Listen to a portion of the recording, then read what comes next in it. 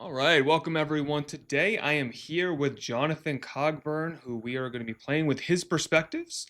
So I usually, so far, I don't like introducing people because I don't know how you want to identify yourself, what you think is important. So I was going to ask if you could introduce yourself, just who you are, what makes you important.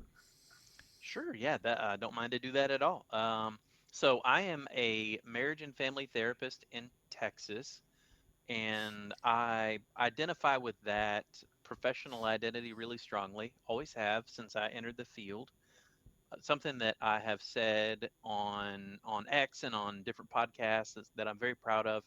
The man who taught my general systems theory course is named Tom Milholland, and he has license number one for marriage and family therapists in the state of Texas Hmm. because he was the coordinator of the effort in the late 1980s to get the license and the licensure board created.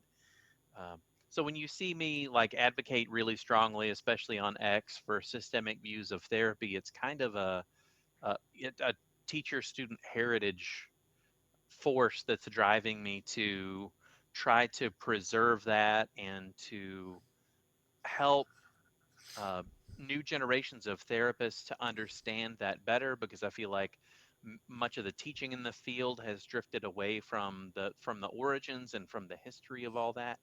And he did a great job of conveying the ideas at the time. He knew a lot and knows a lot of some of the people who wrote the original textbooks Hmm. in my particular mental health subfield. And so that's something that is just very, very near to my heart. I have done, just for a quick like professional bio, I did private practice for 8 years. My very first job was in suicide crisis intervention Okay. in a community mental health clinic. So many of us start out in community mental health, I feel like. It's a place that's badly in need of workers usually, and has too much work to try to accomplish. I did 2 years of hospice chaplaincy in Okay. there. And most recently, these last 5 years, I've spent working for an education agency where I do a variety of things. I provide required trainings. There's, for instance, behavioral threat assessment, psychological first aid, trauma informed classroom strategies. These are all things that are statutorily mandated for Texas teachers and counselors Okay. to have some formal training in, and so my agency serves about 40 school districts, and so we have kind of like a workshop center, and so sometimes we're hosting workshops at the workshop center. Sometimes a district will have like a contract day that they've purchased, and I'll go out and do a training for an entire district. Hmm. There's some other things that I do with that agency that we can talk about as we keep going. But I love that. It's been really great. So I think that's a fascinating place for maybe for us to start. So for those of you that had probably have mentioned this in previous episodes, but I've worked in schools for about 10 years as well. And so I was actually on this with, do you know who Nick Tabor is on Oh X? yes, yeah. Okay. So I love Nick, and we had a great conversation. And one of the things that we, I think, shared our concern with, and I would be very interested in picking your brain about, because I also struggled in the way that he described, is that when I do also similar to you, I would do a lot of these trainings for staff and try to help them how to better engage with behaviorally challenged kids, manage classrooms, stuff like this. And what I always found was this was remarkably challenging, because I felt my training was, oh, here's a bunch of information, and what I always felt as the trainer was these people don't need information.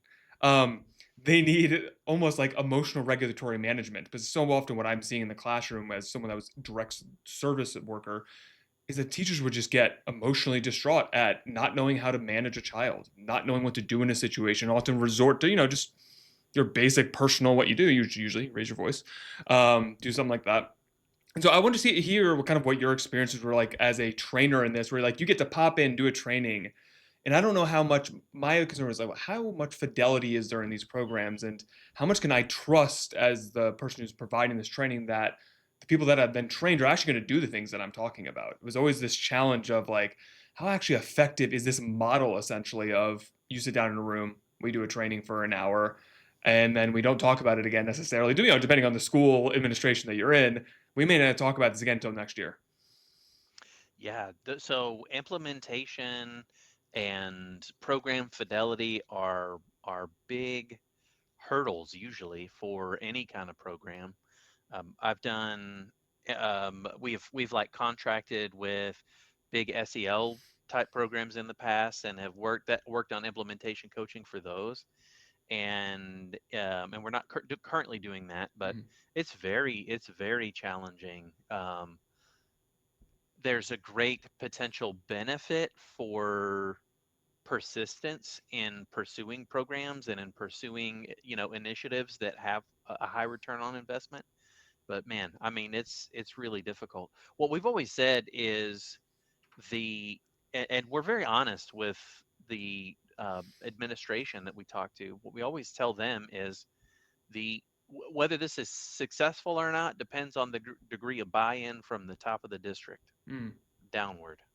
If the superintendent and the assistant superintendent and the principals are invested and are devoting time to digging into it and communicating about it, whether we're talking about school safety initiatives or whether we're talking about um, a good, appropriate SEL program, it's very difficult because as I think especially I'm not embedded in a school Hmm. or a district. Yeah.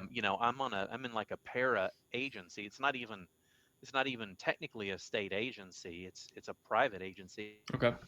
with a state mandate. Um, and I think the challenge is buy-in for sure. And it's not just the buy-in. It's for those classroom educators, every minute of instruction counts, and anything I'm doing that is not academic instruction feels like I am risking my teacher incentive allotment, Hmm. which is something we do in Texas where you can earn more money as a teacher based on performance, Yeah. um, but as measured by grades What? and Yeah. standardized testing. Yeah. um, and for the classroom teachers, I think it's a little bit scary to to think about sacrificing time Yes. that could go towards that academic performance to do some of these other things that I really believe, if they were able to devote time to, would actually put them ahead of the curve by the end of the year. It just wouldn't look that way for the first month or 2 months or maybe 3 months of school, according to the research and the theorists that I read on that side of the street. And so when you say like if they were to do these things, what would you describe as those things? One of the I think big discussions around like SEL and like kind of more social emotional learning in the school districts is what exactly are we teaching kids? I hear this a lot from, do we want teachers to have essentially the authority to both educate our children and also teach them like what kind of person to be, and is that really the role of a teacher? Something that I have heard a lot of concern, and I share some myself. I have two children, and one of my son brought home like a, he'll talk about it. He will have SEL in his classroom, and like you, I implemented an SEL, and before I implemented, I did as much research as I could about it, and SEL is as good as it is able, one, like we said, to be implemented, but two, is it targeted towards the right student body? So one of the struggles that we had was I was on this group to do like, hey, we're all going to do research and try to pick which SELs make sense to us. And my first research that I read to this focus group was, hey guys, there is no one size fit all. It does not work this way. You have to target this. And then, of course, my organization chose one for an entire K through 12 across the states of various disabilities, and you can expect it didn't go very well.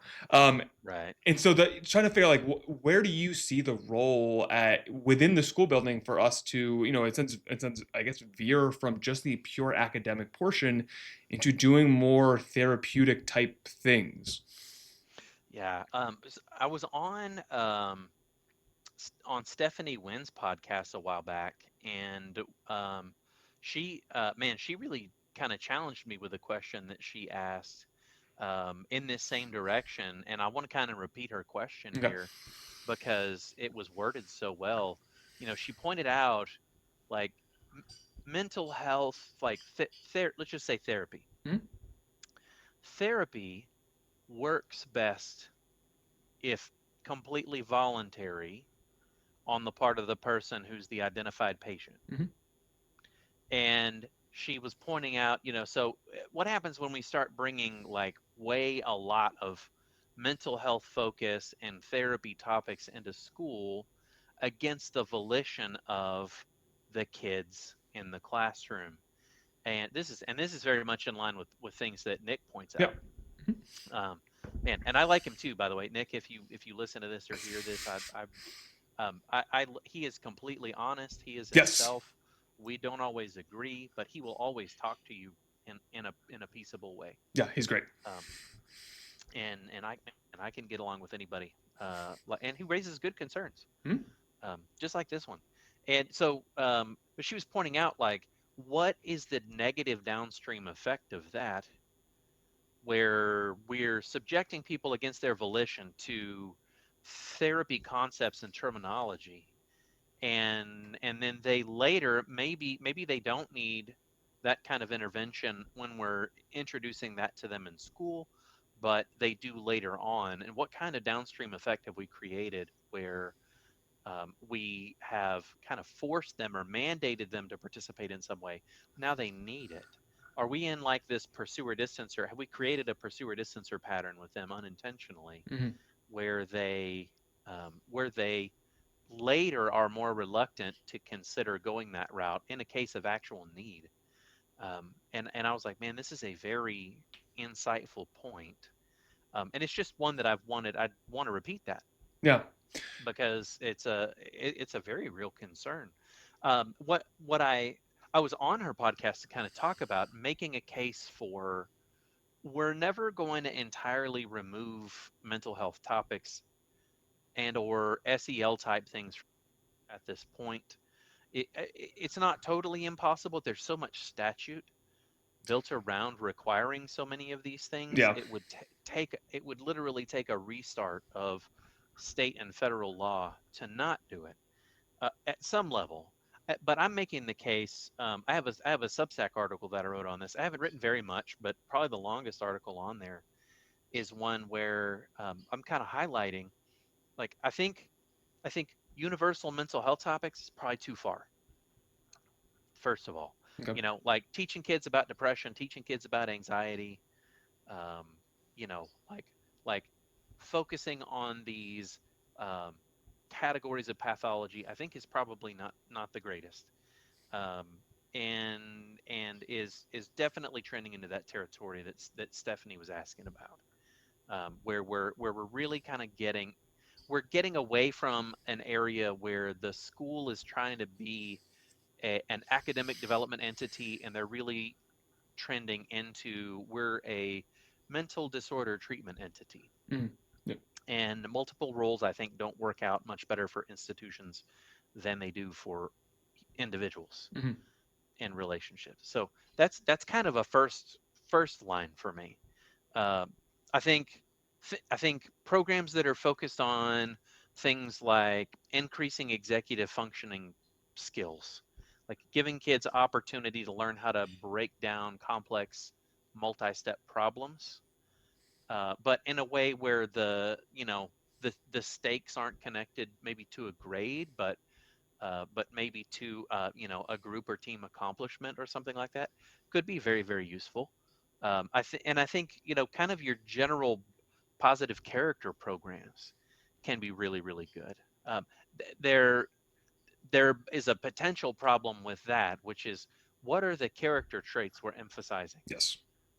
And that's where you could get some ideology injected into it that could work against the potential benefit of having such a program.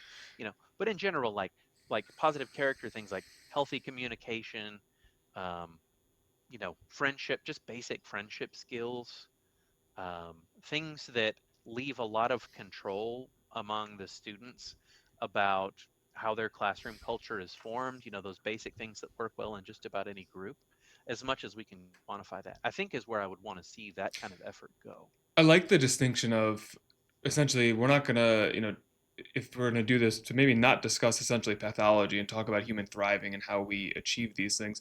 But I'll be honest, even in that, so one of the things you said that like the positive category that I was like healthy communication. So my brain go, what does that mean? Mm, Because I have heard from plenty of people that healthy being communication is to be nice. Now, I don't think that's healthy communication. And mm, I tell a story that I finished up a group when I was working in the schools, and this was a kid that was in a serious gang, and he essentially said to me, "Is like, hey, I get what you guys are doing. Makes sense to me in this environment. Yeah, it's going to be beneficial to do this." He's like, "I'm going to get killed if I do this in my home.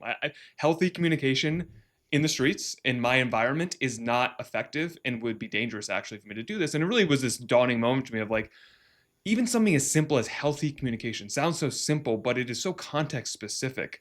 And what do we really mean by this? And I think I'm one being influenced by Nick, and as well as your systems theory stuff, is again, the notion here is that the child is the one, the identified patient very often. And this is just like practically how it works in the schools. As someone that was embedded in the school system, is that, and I was in special education, so every student in there had an IEP. mm, So it's an individualized education plan. So that means that they were identified with a disability in the school, and the school provides services for them as someone with a disability.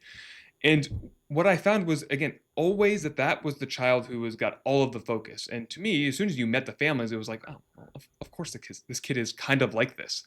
Or I would yeah. just never meet the families after 3 years of this child going here, and they're just absent essentially. And the interventions get focused on the child, and it really has made. I've been thinking a lot. So Jonathan here recommended me a systems book, and I've read it, and it just really has shifted my thinking, which is another topic I certainly want to kind of get into. But just seeing how there's so much of our mental health system within the school districts are focused on the child. And something I struggled with is, legally, I cannot get the parents to do anything. Mm, I can't get them to come to the school. I can't get them to medicate their child appropriately. I can't literally can't do almost anything other than kind of bother them if their kid's not coming to school. But like even then, there's pretty strict regulations of what the school can or can't do with the families, and it always felt like somewhat unfair, I guess, that we as the educator said like, "Hey, you have a problem because you don't fit into our system." And then, yeah, maybe that's not your fault, but you're the one that's going to get all of the interventions. And I always there's this like, kind of tension there because on the other side is, well, if I don't do anything, this kid's just in a dysfunctional family and struggling. And so it's like to do nothing, I don't find it very convincing to me to just like burn the system down and let just things go as the way they go. I that seems like that would be worse.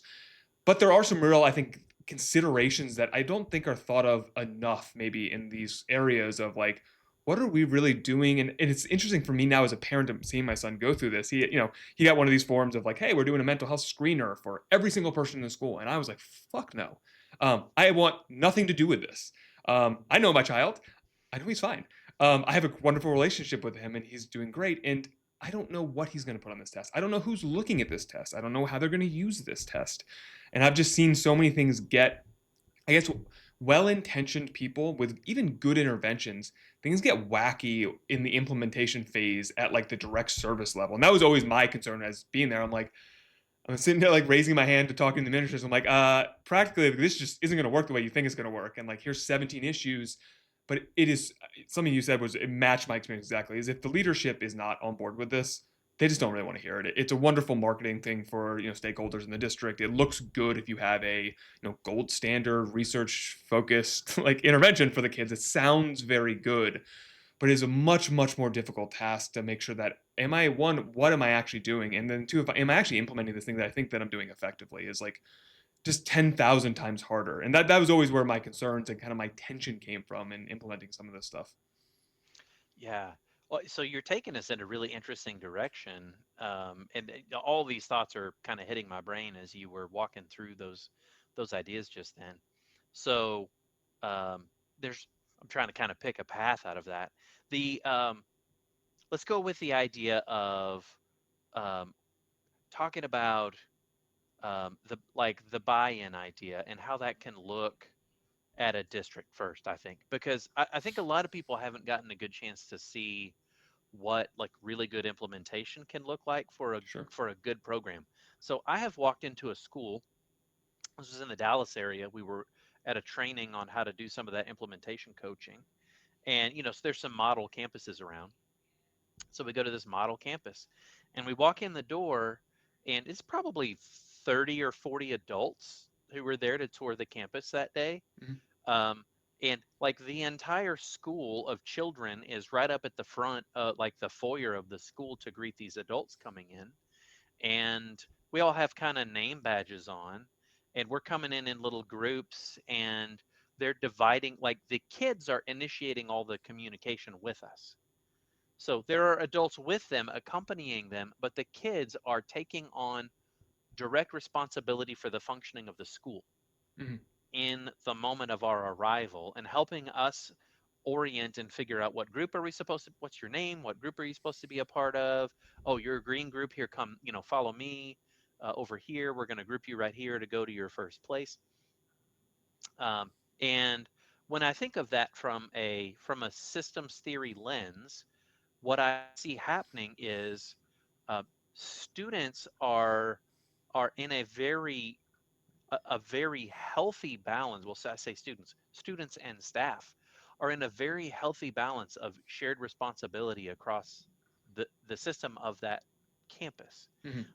Where most campuses that I feel like I see, the teacher is in their classroom and they're somewhat an island unto themselves, and they see the success of their students as primarily their responsibility, and so they're tracking the students' grades, and they're trying to stay on top of all the behavior in the classroom, and they're doing most of the essential tasks to keep the classroom running throughout the day, and the students are just kind of sitting back passive, Mhm. and some aware and some unaware of all of these steps that are going on around them to make their classroom work.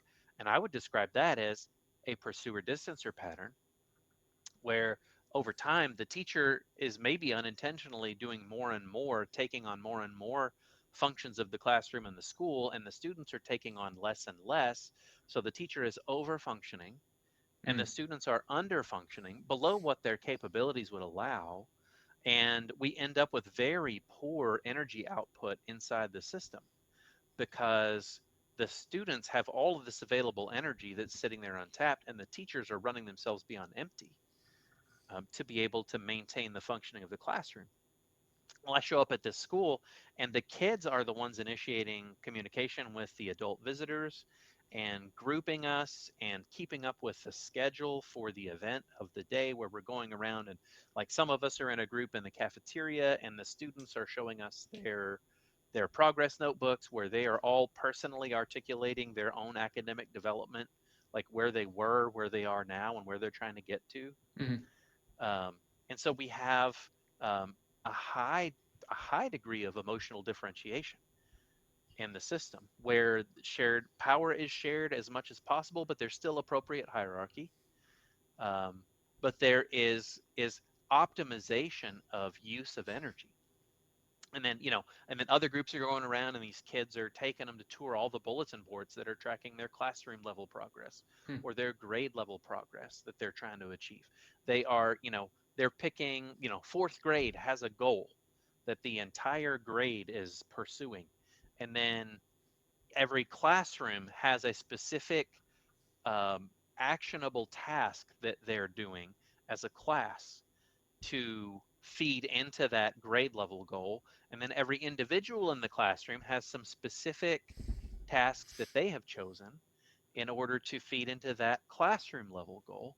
So there's involvement and investment and direct understanding in, okay, if I am, practicing math vocabulary words, how is that feeding into my classroom goal? And then how is my classroom goal feeding into the grade level goal? And then there's usually like some friendly like game and gamification and competition Mhm. and fun that gets mixed into that, where you almost like you're in here and you can just tell, like, man, there's very few kids who are not caught up in the energy of this and who are not Mhm. plugged into this effort of of trying to pursue this goal and work together and be a part of this team atmosphere that's there. So it's like it can be completely amazing if it's done well. It's the done well that's really, really hard. So it made me think when you were describing kind of and using this over function or under function or dynamic.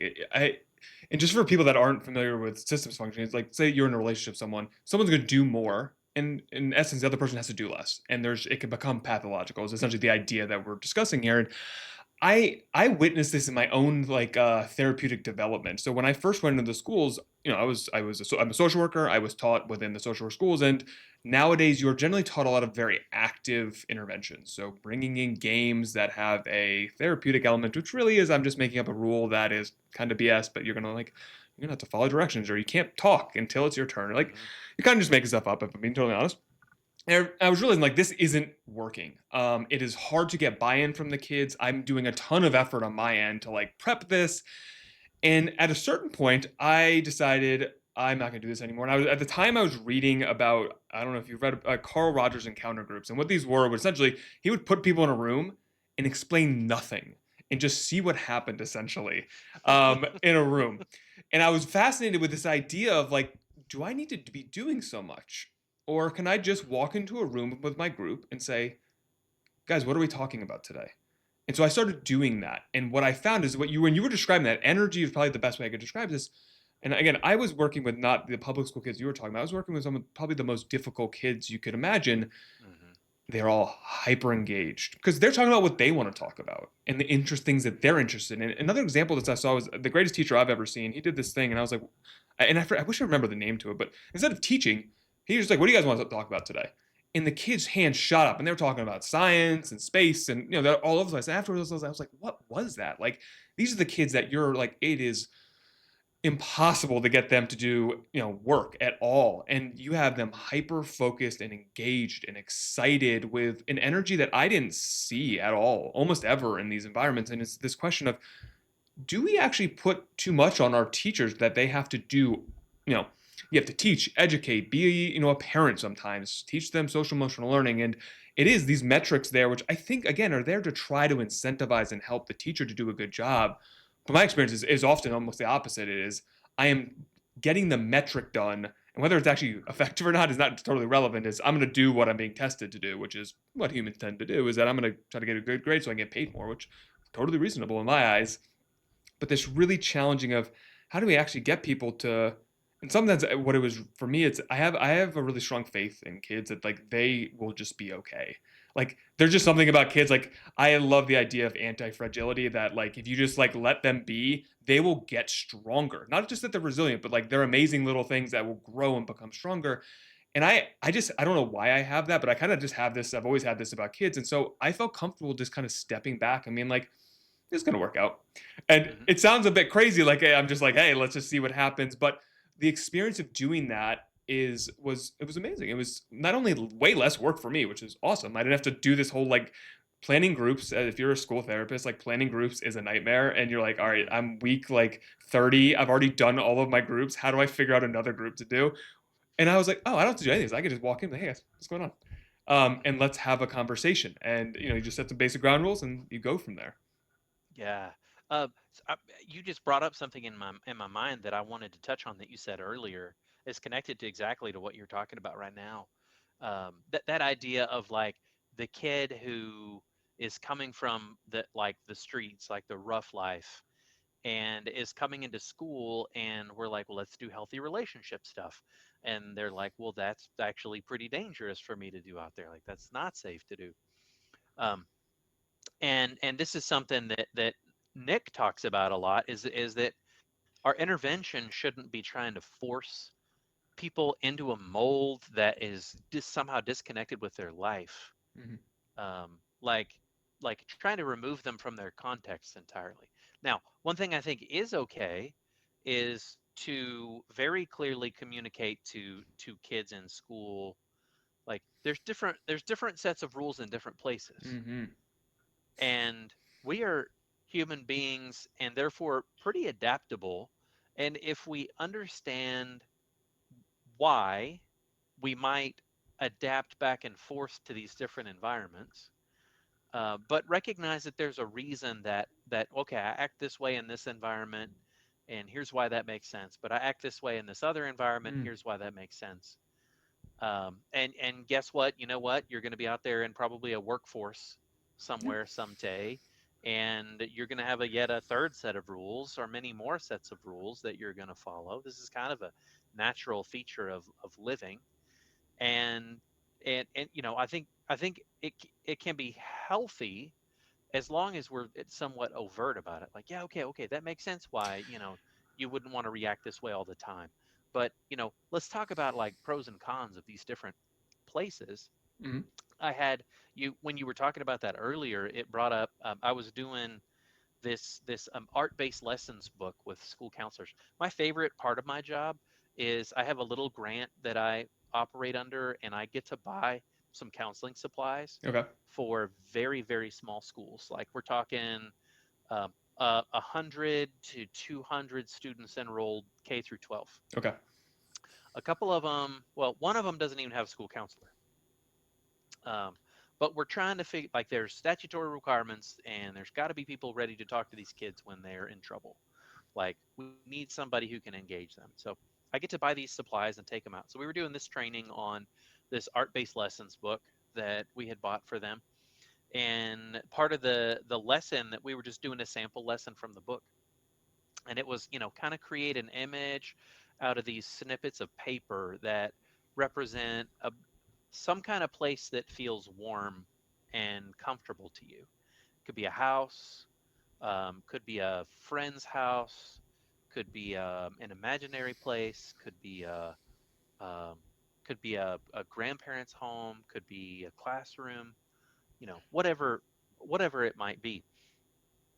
And a school counselor put me on the spot when we were going through the lesson, and she said, you know, like we're asking these kids to kind of show their a little bit of their home or their family life, um, and they're like, what if it's not very good? Hmm. And we're dragging up this image of something that's not very good. We're inviting them to think about something that feels bad to them. And I thought about that for a second. I'm like, this is a really valid question. This is very much a question that makes sense for a school counselor who got a little bit of training in mental health stuff and then got tossed out into doing test schedules, Hmm. and didn't get hours and hours of clinical experience, before they started working on their own, would ask. And that's what a lot of people don't realize about school counselors, at least in Texas, but that's very characteristic. Yeah. That's how most of my counselors describe themselves. Hmm. That's not me describing them. And so I thought about that question for a second, and I was like, well, we're building a little bit of a parameter into the assignment by asking them to think of a place that is warm and or that feels good to them, and we're giving them the freedom to even create something of their own. And so I think it's okay if we place that expectation on the student, because if their home life is not good, if they don't have great models and examples there, I'm going to operate under the assumption that they have been able to at least glimpse some other models, Hmm. and that they have imprinted just a little bit of knowledge of those models. And if that's the case, then what I'm actually doing is inviting them to pause for a second and organize those models in a more organized way, in a more put together way than they've had a chance to think about them before. And if I I really want to help the student to, say, break an intergenerational cycle of some kind, I want to treat them as if they're capable of gathering those kind of models from other places that maybe they're not getting from their family of origin, and Hmm. start to construct something for themselves. And the student is not going to recognize that that's what's happening in those moments of time. But if I'm honest about what I really hope is happening, that's what I really hope is happening in that moment in time. Now, there's not a guarantee of that. That's not gonna land for every single student, but that is what's within my locus of control to shoot for. It's really interesting because as I'm listening to this, it's like, all right, we have an intervention here, and like, what if the intervention goes south? Which, any type of SEL, like we're talking about emotions, that it could, elicit a, unpleasant emotion that could, like, get a kid off track, and it goes back into this question of, well, what do we do then? And where is the role of the school? Or should we be, and again, it's really like, should the schools be trying to elicit these type of, somewhat like, when I think of art, it's like you never know what you get with art. Art's one of these interesting like symbolic things where it's just like you're kind of rolling the dice with kids of what you're going to get out of this. Mm. And it goes, is this a part of me, I think I've really been very influenced by this. Is like, are we then ready and willing to, we're opening this door. Are we Mm-hmm. then ready to step through it with the kid? And that is the part where it goes into, I think a lot about, and with kids, it's like, do you know what you're getting yourself into? Because you may have put all of this thought and energy into this intervention, what I'm trying to do with this, what I hope is going to happen. And unlike an adult that's coming to me with psychotherapy, I'm explaining this is what I'm going to do, and if you want to do this, Mm-hmm. great, cool, we're on board. We're on the same page, and we're going to do this. The kid is often being implemented upon without their knowledge of what's going on, and that is always that, like, again, I'm in this weird tension place because I on one hand, I've seen it work, like you've said, like I've been there. I have watched children thrive because one adult decided to pay attention to them and did some things, and it can change lives. And the other side, I can see that where it goes horribly wrong, and we open up doors, and then we're totally unprepared to deal with it. And now that kid's in a crisis, and we're mad at him because he's in a crisis, even though we're the one that opened that door up of these Mm-hmm. emotions that is now spiraled into a full blown crisis. Mm-hmm. So I think you're asking an incredibly valid question there. Something I should add Yep. to the description of the intervention I just gave. In Texas, I'm very thankful for some recent efforts at legislation. I don't I don't I wouldn't have written it that way if they'd asked my opinion about how they should Mm. write it, because the way they wrote it kind of created some unintentional problems that Okay. maybe didn't have to be. But we have had some really recent laws passed that require that if you're going to do an activity like the one that I just described, it's going to require um, open communication with a parent, Okay. at minimum, that is occurring, and it's going to require that activity in particular is going to require affirmative consent, where the parent actually has to affirmatively sign on a line to say, yes, I'm okay with my kid participating in that, because that activity is really designed for, say, like a counseling group, Okay. which would be, if people out there are familiar with education terms, it'd be like a tier 2 activity, where we have a small group of kids, but we're doing a little bit more intensive intervention to try to help address a specific need. Yeah, so for Or everyone out there, concern. a tier. No, I was just gonna say, a tier one is kind of the whole school you're Yep. intervening. Tier two is Yep. we've identified an at-risk group, and tier three is direct services, more what I was doing in the school, direct therapy Right. services. Yeah, Exactly. Exactly. Yeah. yeah. So that's an important Hmm. caveat there. Now that doesn't go as far as, say, like Nick's criticism would go, Sure. because he would still say, well, that's against the child's volition, and we shouldn't do any kind of intervention that's against the child's volition. Um, and I think he is at bare minimum right to raise that question Hmm. and to point it out. And it's something that we should think about anytime we're considering entering an intervention like that, especially in a setting this is not a therapeutic setting, where it's implicitly understood that we're addressing cognitive emotional concerns. Yeah, and this is one of the reasons I really appreciate Nick's voice. Is not it's not that I think I fully am on board with him. Even is that like I agree that I think these interventions are still on the whole a net positive for kids.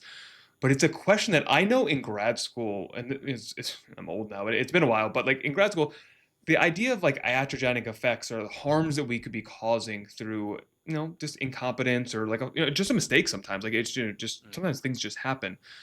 I don't think as a field we're very well trained to consider these types of thoughts of like, okay, like you laid out, okay, we're going to give affirmative consent to the parent and they have to sign off on this. And it's like, well, what if this parent doesn't care, or if they sign just every form and they don't read it, or the parent just doesn't know what, I'm a parent. I get a lot of forms home for my kid. I'm gonna be honest, I don't read them all. Mm, Like it's a lot. I don't read any of the, like they send me way too much shit. I can't read it all. yes. There's too much. Yep. There's too much going on, and so Agree. and again, it always gets into this thing, and part of it is, what I I told Nick one day, I was like, I want you to be a university professor and be teaching our clinicians that it is part of our role and responsibility. I always felt like was to explain exactly what I'm doing and why I am doing these things. And so like I loved you made me think of some one of my one and only rule I had in my office. The kid came into therapy. My one and only rule is you're allowed to curse.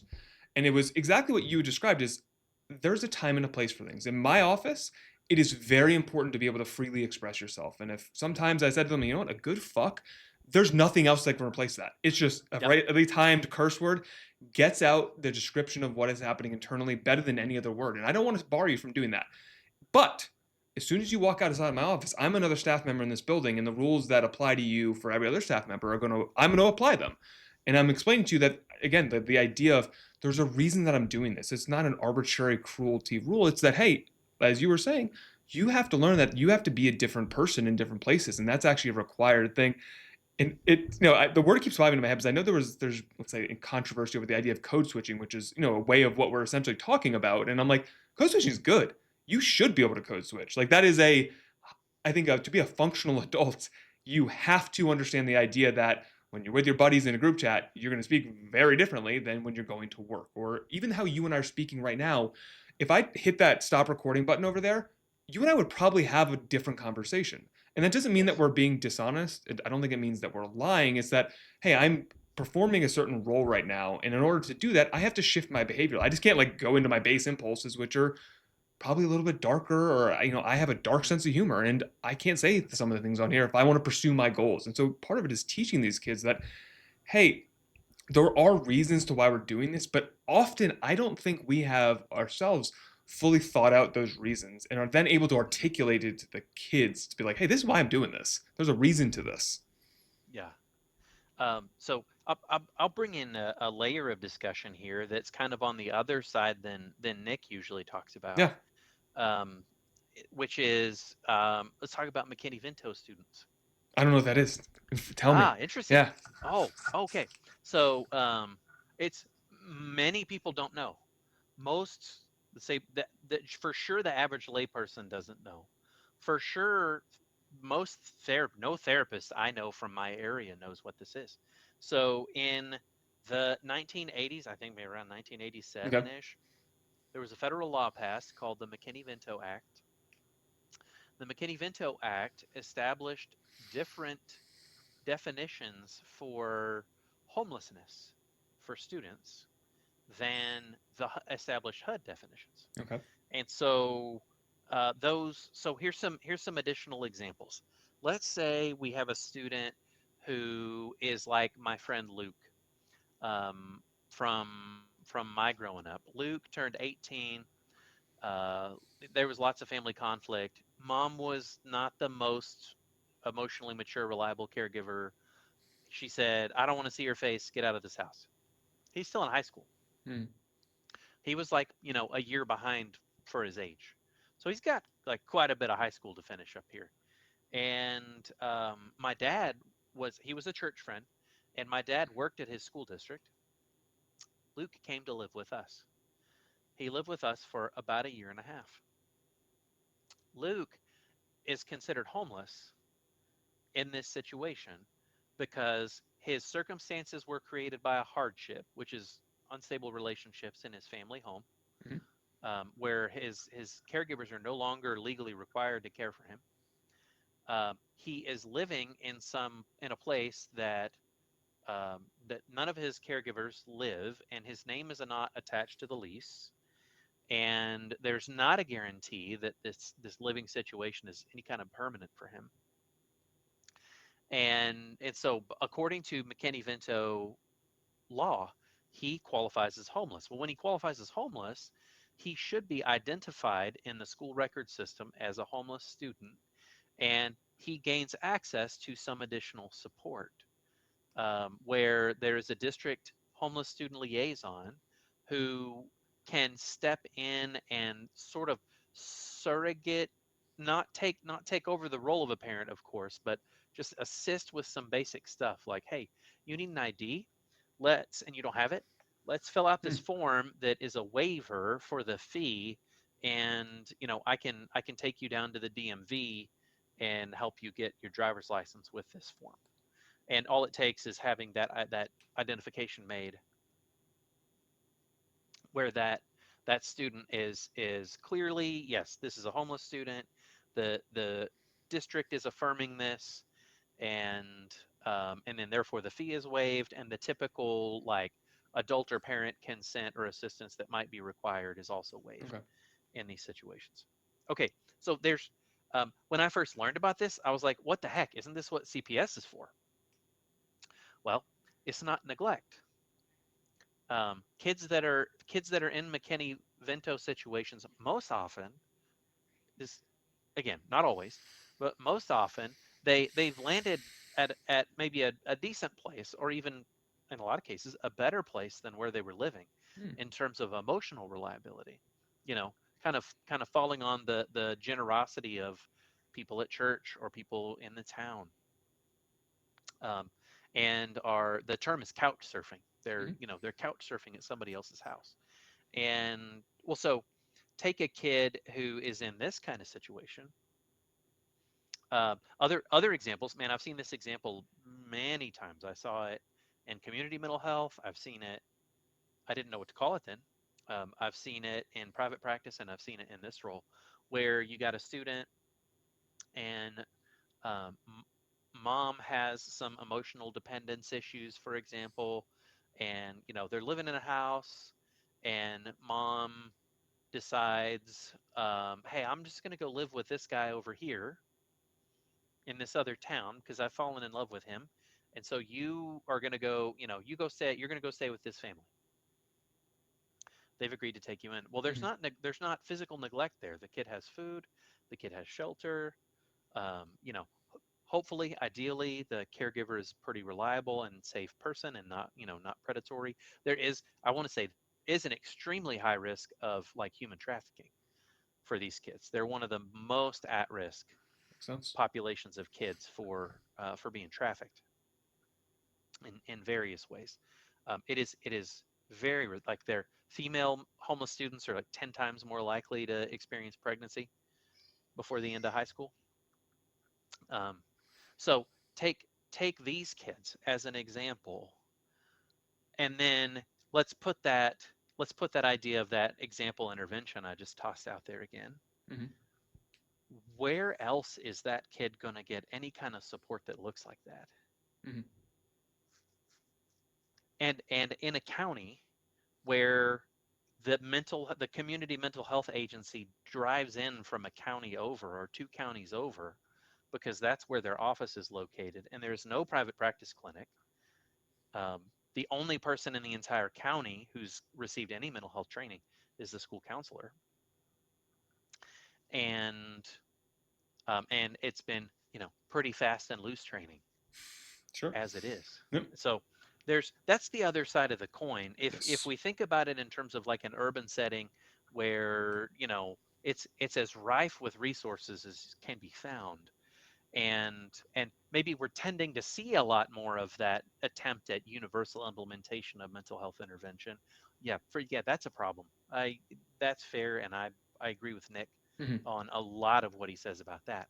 But I don't want to forget this other side of the Yes. coin, where the school counselor and a classroom teacher might be the only pathway for some of these students to gather some of these alternative models for future life that help them break an intergenerational cycle. And I can't throw that out with the bathwater. Yeah, and I think that is also kind of where I am at as well, and trying to figure out how do we increase the likelihood of good things happening, essentially. Because I'm pretty I treat myself as pretty pragmatic. Like we're never going to get to a place where there's no suffering, harm with kids, and tearing down the system doesn't fix it. I think it just changes where the problem's located, essentially, and it does remove, in my experience. Although I have seen some pretty bad abuses in the school system, I've also seen the opposite. So again, it's this mixed bag, and to me, so much of what we need to do is trying to figure out like what are our goals and what are we doing and what are our limits here as professionals in the building. And it's hard because that same impulse that you kind of described, I'm sure that your dad had to bring Luke into your house is a positive one. I saw that positive impulse in so many teachers do so many bad things because they're like, I care about this kid, and they didn't have the clinical training on like why are boundaries important what are we even Mm, talking about when we talk about these types of things? And of course these kids are going to pull on your heartstrings, like especially in the where I was at. These are some of the saddest stories you can imagine. Every part of you wants to help this child, but part of my clinical training was, hey, don't trust that part of yourself necessarily all the mhm, time. Sometimes that could be feeding into your own narcissism, feeding into your own desire for power to be looked up to by a child. And the kind of protective elements I think are missing. And I wonder how much of we just had better trained clinicians, the people that are doing this, do a lot of these problems just go away? Because whenever I hear someone complain about not system issues, but like specific issues, I'm like, well, you're just describing someone who's incompetent. Like 99% of the time it wasn't the person that did a good job. It was this person did like a crazy thing or just was wildly inappropriate. And like I would just be like, well, yeah, they should, I agree with you. They should have their license revoked potentially if it was bad enough, and they should never work in the field again. But why does that have to do, like, what does it have to do with if we're implementing this thing appropriately, it looks totally different. And again, there's a real challenge here, and I recognize it, that what we do is a bit of mix of like soft science, art, creative, sometimes spiritual thing that we're doing that is sometimes very hard to define. And so it gets into this weird, murky waters of, again, what exactly we're doing. And I think my stance is always, I've said it again and again and again. What I love Nick is that he's screaming at the top of his lungs the essentially red flags, the warning signs that, hey, mhm. things are happening. And to your point, like when you said, like, it just triggered a thought in my mind when you're like, these, no one knows about these kids. That's how I felt about my students. Like, no one knows that these schools exist, Yeah. that I'm physically restraining children on a daily basis. There's kids screaming, spitting, fighting daily, and no one knows that this whole world exists. And it's a really, it's this amazing thing. It's not a non-trivial problem of what do we do with this thing. And I'm kind of with you with, hey, there's some problems, but if I just walked away from this building, these problems do not go away. They Nope. get worse. And sometimes, again, I've just seen that one adult. I've seen that one adult, and often it wasn't the trained adult, which is always fascinating. It was the person who just had the right personality and disposition. Mhm. I always just called it, they had that it factor, and a lot of it was they just liked the kids. It was as simple as like I genuinely enjoyed being around them, and I also, I was emotionally mature enough to have boundaries, and like those two things were sometimes could perform magic on a kid, and it was Yeah. amazing. Yeah. Man, and the thing that gets really squirrely in my head is when I see somebody who, like we were trained, I think probably really well on boundaries and what's a boundary crossing and what's a boundary violation, what do you do and not do. And then you see some of those like teacher student mentorship kind of Mm, relationships, and it's not like that at all. no. Um, but it works. And I just go, okay, well, I'm glad that that was the person who was in a position to help in this situation, because I probably would have got caught up on my own internal boundaries. And it's okay that that person's organization of rules and boundaries for engagement are a little bit different than mine. Um, you know, in the long run. Um, but it always makes me a little nervous Well, and when I see that. it's weird because it's like you can see that one person who, let's say they play a little fast and loose with the things and they make it work, like you said, but and it absolutely, like, that happens. Like they just figure it out, they make it work. Yeah. It gets odd when you have this as a system and the other person is going to try to emulate that. They don't have that same personality or disposition. This is one of the struggles I often have with Mm, when I'm supervising or training other clinicians is I'm like, do not do what I do. When I'm tearing with like something that I did, it's because I did that because I had a very specific relationship with this person, and I'm a very specific person. Like I'm kind of weird. I'm trying to make people laugh all the time, and I can kind of get away with some things sometimes because of who I am in my relationship. And I'm not saying this is gospel. And so, this idea that we have these boundaries are, to me, again, not for the good people. It's actually for to protect them from the people that may even be well intentioned, but are just, as you said, like not emotionally mature, just not yeah. able to provide what is necessary for these kids. And that's where we get into this, again, this kind of these weird situations where it's, I don't want to punish the person who's maybe the greatest of them out there and diminish them, but it's like, hey, you can't cross this boundary because they're adept enough to do that. On the other hand, I certainly don't want to leave the boundary wide open, and I have absolutely seen predation within these schools. It's rife, and especially in my schools where you have these like very disadvantaged kids. It's worse, as you were mentioning. It's usually the lower down on the totem pole of like how well you're doing, the more you get predated. It's just kind of, you're an easy target, and it Hmm. happens in these places. And so I'm often trying to, like, how do I protect them from harm, but also not protect them so much that like nothing gets done. It's this real weird balancing act that I think we're often doing. Yeah. The you know, you as you were talking through that, I was thinking about it's like, yeah, you get involved, an adult gets involved. Here's cut let me cut to a chase. Yeah.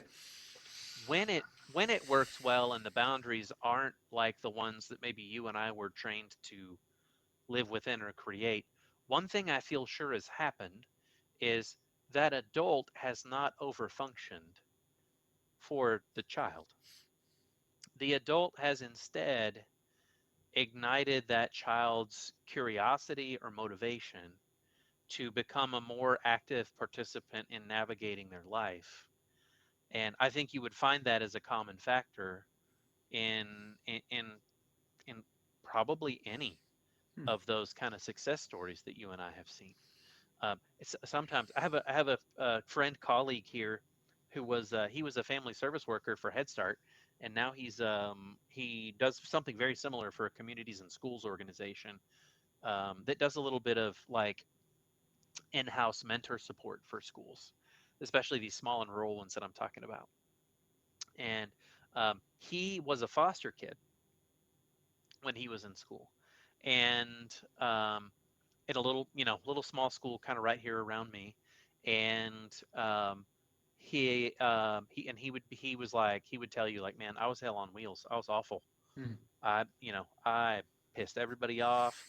I ran everybody's patience thin. He said, but the janitor in the school got a hold of me one day and said, hey, I have this job that I really, really need help with, and I'm not sure anybody else can help me as well as you can. And so I would just wonder if you would help me with this. And it was just kind of fixing some stuff and moving some stuff around the school. And uh, Don is my friend's name. Don would Hmm. tell you like that was the moment that my life turned around when I began to stop being hell on wheels and to stop wearing everybody's patience thin. He said because that was the first time I had belonging and I felt like I mattered somewhere. Somebody needed me for something, and asked me for my help and treated me as if I was valuable in the situation. And he went on to just, as long as he was at that school, he worked with that janitor and helped that janitor. And that janitor became his closest relationship to any adult in the school. And we know, I'll put in a plug for some really good material that's out there. It's called 40 Developmental Assets. It's a very kind of wide open research based set of material. It's tough to implement because it's not like a hey, we're going to do these practices in a classroom. It's hey, here's a list of things that we know for sure improve students' lives. Hmm. You can find a way to do that in your school, and I kind of like that. I like that. Um, Give it again. it's It's I'm not going to overfunction for the academics. The teachers there yes, also figure it out. yeah. We're not creating Yeah. reams of classroom lessons. We're just looking at what are some dimensions of life. And one of the things that they Hmm. taught, the Search Institute is the name of the Okay. organization, 40 developmental assets. One of the things is uh, a close relationship with an adult who's not in your family. And so that was where he got and there it's a protective factor. 40 developmental assets are protective factors. Okay. Uh, and I don't know if I've seen research out there on this, but I would argue that a protective factor is also a trauma recovery factor, even if you developed a protective factor after trauma has occurred. It's always what we're trying to get people to do is make healthier social connections, have corrective emotional experiences. And so you've got this bad family history. Well, what's a way to help counteract, not totally reverse, Hmm. but help counteract that? Well, let's form a relationship with a janitor who helps you find a sense of purpose and belonging where you live. A cool side note on Don's story: Don became a foster parent and has fostered, I think, like 7 or 9 Wow. kids. And he's got a couple that have got like they've got a little bit of trouble, but man, most of those kids are breaking intergenerational patterns, which is he's just one of the coolest persons that I've ever gotten to meet in education. Just one of those beautiful stories of well, yeah, yes, if we create some of these conditions, or maybe we can't create them, we help create some of these conditions. it can turn out really, really well. So you bring up something in this story that I, I don't think is discussed enough, and at least the feeling that I would often get from both. So this is a kind of a colloquial understanding of what it is that we're doing in mental health, and often also people that are, I've worked a lot with fresh out of grad school people, where that we have as our responsibility to fix people, or resolve whatever it is that is going on in their life, and it's something in these, this kind of thing that you were talking about of, the encouragement that one adult can give you, but then them saying, I'm not fixing this for you and I'm not doing this for you. Because there's such an immense amount of pressure, I think, very often from whether, it's administrations, your own personal needs, or just, where it's your schools, wherever you're coming from, to that, oh, it's your responsibility to fix the problem. That's what you're here for, is to fix this problem. And I don't view that at all of what I'm doing. That's not how I was trained to do any of this. It is to, try to help someone create, like you said, create situations, experiences that provide insight, corrective experiences, and then allowing the other person to decide, how do I want to live my life?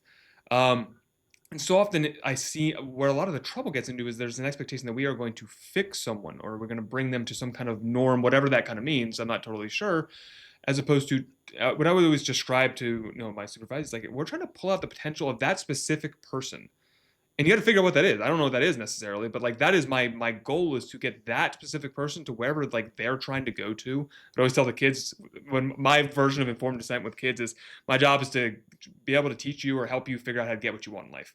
Is that is really what I think my job is, to not to get Mm, you to be a non ADHD student or to no longer have an IEP. It is, and that is a bit different than what, like, there's so much systemic pressure to push you into doing that. Is, if when mhm, I had to write my notes, it was, tell me how your notes specifically address this IEP goal. And I remember having an argument with the district rep who was looking at my notes and having a problem. I'm like, that's not how this works. Like, I don't know mm, how to explain this to you, other than this is just not how human beings operate. This isn't how it works. And I don't fix people. I can't. We don't have, I would love to, we don't have to me, it's actually like technological issue. We don't understand the brain well enough, or the mind, who knows if it's even the brain, of why people are feeling and doing these things. We don't know how to do this. So the kind of like hubris that I'm going to come in, this guy that I don't know you, but I'm going to do some magic essentially. But it was amazing the pressure other adults put on me to do that, every day. Hey, can you go talk to him about this? And in my mm, head, I'm like, I would say like, okay, sure. And in my head, I'm like, no, what do you, what am I going to do? What magical sentence am I going to say that's going to mhm, fix this child who is being raised by a grandparent because his father was shot before he was born? Like, just some of these horrific things that have gone on in his life. So my expectation with them is not that they're going to be a quote unquote normal functioning, they're not going to be me. They're not going to be mhm, someone else. And this is not a disparagement of them. So I think we have to unfortunately take realities into account. And that is mhm, I think, a very painful conversation for a lot of people to have, is we want to like think that, hey, we're all kind of the same. And my experience is that unfortunately we're not, in a lot of different domains. So we could say that your life experiences may set you up to be a very different person based on your life experiences. I'm a believer in IQ. A lot of my students I worked with had IQ tested at about 70 to 80 range. That makes right. a massive difference on the rest of their life. And it doesn't mean I value them any less. It doesn't mean that those kids haven't taught me like amazing life lessons. They're just not going to be a lawyer. And they're not going to do certain things in life. And if they are going to do some things, it's going to be an additional challenge for them. And they need to know that, hey, you learn a little differently. And you're going to have to account for these things. And often those conversations are, one, you're not supposed to have those conversations with kids, because they come off, people will tell you that you're mean, and then two, you're saying, well, but no, your job is to correct whatever's gone on with them, as if there's some kind of deficit here that I even can do. And so I kind of put a lot out there, but there's a lot on this idea of like, hey, can you go fix this? And is often the Mm, pressure that it would feel as a clinician that, hey, I need you to go resolve this for me because it's kind of bothering and getting in the way of the thing that I want to do. As mhm, opposed to, my goal is always like, what do you want? And I want to try to help you, one, figure out what that is. And do you really want this? And then two, if you do, all right, like, let's figure out like what's stopping you from getting it. Because it's not like, that's my job in my head. yeah, yeah. So I think it'd be fun because you read that Roberta Gilbert book, Yeah, um, and way more recently than I have, by the way, um, to kind of look at the situation you just laid out there from a Murray Bowen kind of sure. lens, a multi-generational therapy kind of lens. So I think if Murray Bowen were working in schools and he could see that discussion play out between you and maybe that classroom teacher who comes to you and says, "Hey, can you talk to so and so about this?" Murray Bowen would go, "Oh, it seems like the teacher wants to at least partially make you responsible, Ryan, for problems that exist in the relationship between the teacher and the student. Hmm. And he referred to that as triangulation, emotional triangulation, where relationships tend to seek, it's like a two-legged table that tends to seek a third leg. And you can have a third leg that is, there is healthy and productive triangulation that can occur. It can happen. However, that's not what humans tend to reach for maybe more often, or especially humans that tend to find themselves in therapy, or especially humans that find themselves in high stress. We tend to, it's kind of like, well, I'm in a fight with, my husband, and do I tell my husband directly what's bothering me about his behavior? No, I go and I'm going to go tell my girlfriends, and then my girlfriends are going to talk to their friends, and then everybody's going to kind of end up halfway turned against this guy. Yep. Triangulation, perfect example of unhealthy or pathological or maladaptive, however you want to call it, Uh, triangulation. I'm curious how you would see this situation in the context of triangle. Because I felt I jokingly said to you after I read that book that I'm going to be the destroyer of triangles, Yes. um, and so this was before I read the book. So I had done, but this was such a common occurrence that I was looking back on it, I was the triangle very often in the school. Student would have an issue with the teacher. Student would come to my office and vent about what this teacher did, and I would talk to them. And then usually after the kids left, the teacher would then come to me and talk to me about the very Mm-hmm. same student. And very often, what I always, I didn't, again, it's very funny that I kind of did this. I was like, well, are you going to go talk to them? Because I am not them. I hear what you're saying. I understand. And if this was my line that I tried to get myself out of trouble was, if what you're telling me is true, yeah, that seems really unfair. But I actually don't know what happened. I wasn't there. So I don't Mm-hmm. really want to give you like, I don't want to like arbitrate whether this was like a wrong thing of the teacher or not, because I don't, especially with my kids, I'm like, I don't know if you're giving me the full story, and I don't really know what happened. So I had this one teacher who very often would just didn't seem like she would really like to be there, and would often get in a lot of conflicts with the kids. And I decided I am so tired of this. We're just group today is teacher. I need you to come in, stay in group with me. And kids, we're going to discuss this. And it was a fascinating thing because it was, I mean, 6 months of just strife and conflict, and we had one conversation, and the kids were directly to her because I was refusing to engage, and just say, Mm-hmm. and they said, "Hey, it seems like you hate us. Like you don't even want us to be here. You're just pissed at us. You're just yelling at us constantly." And this teacher stopped and she started breaking down in tears. And so I worked with a black population in inner city, and these were all seniors. And she broke down crying. She was a black woman. She said, "You all, I'm terrified for you. You guys can't read. You don't listen. You don't do anything. I'm terrified what the world's going to do for you." And instantly, the emotions just shifted. And again, Yeah, not that everything worked out great afterwards, but it was for this sure. moment of there was an two people finally were speaking to one another rather than Mm-hmm. running to some other third party to vent and complain about them. Two people got to speak to one another. And I always come back to this story because, it was like even I did felt, I was getting caught up in this triangle and I was having negative feelings towards this teacher. And all of a sudden it was like, oh, that was what this was all about. And now, again, I think there are Mm-hmm. better ways that you can manifest your concern for them. Yes. But we're now in a whole different ballgame because we actually spoke to one another. And so I'd be curious if that was a healthy version of a triangle or if I was destroying a triangle in the process. Yeah. No, I think that was, I would describe that as healthy triangulation. I loved what you said. Um, it's not like everything's fixed now. No, it's not like everything's fixed now. It's not like maybe everybody around the circle was able to totally buy what she said. Yep. Um, but maybe some did. Uh, it's not like, we're doing extensive family therapy here in this setting. We are doing like a one time discussion where we're trying to change a condition that is actively interfering with the normal functioning of what the classroom should be. Mhm. And you brought up a point earlier of like, well, people think that helping is being nice, and I say no. Help sometimes, yes. Helping is not being nice. Helping is doing the most loving thing you can do whenever possible. Sometimes the most loving thing you can do is being nice. Sometimes the most loving thing you can do is be truthful. And it's the being truthful side that is so hard for people, I think. It's especially in these times with the cultural emphasis that Yep. we have, and especially in the therapy world, it's very easy to be kind. And it's very easy to assume instant personal virtue Oh yeah. in doing kindness. Um, However, in doing kindness, say this is an example I talk about a lot in my job. In I'm in high school and my friend calls me, and my friend discloses they're having suicidal thoughts to me, and they say, "Don't tell my mom." Well, the being nice thing in that situation is doing what they ask Mhm. and not tell their mom, because I don't want to upset them. I'm uncomfortable with the idea of making them mad or upset with me by not acquiescing or not affirming to their request that I not tell their mom. Mhm.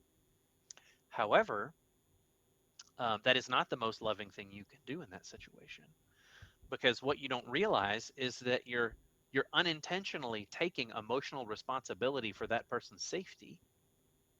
You're over functioning for them, Mhm. and you're not in a place physically where you can even tell if what they're saying about their mental state or their access to means or whether they're supervised or not supervised is even true. And the problem seems like there's like the as you were describing, like there's been like a societal I think pressure to be nice. Mm, It has been very kind of overt. I think everyone has kind of felt it, whether it's been like language preferences or all of the kind of rules around. And it often seems about being nice to one another. And mhm, I agree. I frame it a little differently, and it was always I made a distinction between nice and being kind. I think nice is just the overt, like I'm gonna placate you. I'm gonna do what is necessary to mhm, make you feel good. And I always thought of kind as doing the thing that was necessary, or as you were describing as love. Essentially, I'm gonna yeah, do the thing that is for your well-being. And I would always use this analogy of like, I want a friend that's gonna tell me I have lettuce in my teeth. I'm gonna mhm, feel uncomfortable and might feel embarrassed. Um, it happens in my relationship right now. My wife will be like, "You're breasting, so you need to wash your mouth out with water." And early in our relationship, I would get kind of upset, and I would be like, yeah, it feels bad to be told this, and because I don't want to be gross to my wife, who I want to be attracted to me, but she was telling me because she wanted to be attracted to me. Like it was mhm, in the interest of me to hear this uncomfortable thing. And the other part of that I was going to mention is that I think and I say we as the mental health profession in a big whole, we just tend to be really agreeable people. yes, And it's just in our essentially our personality not to confront others, but to me, what I think I do most valuably if I think of my job as a therapist, to be like someone comes in often with a very firm belief about themselves, the world, and I'm essentially asking like, what if you're wrong about that? And what is the implication of you being incorrect about this belief that you have? And to challenge you. And again, in a gentle, cruel, and non-cruel way.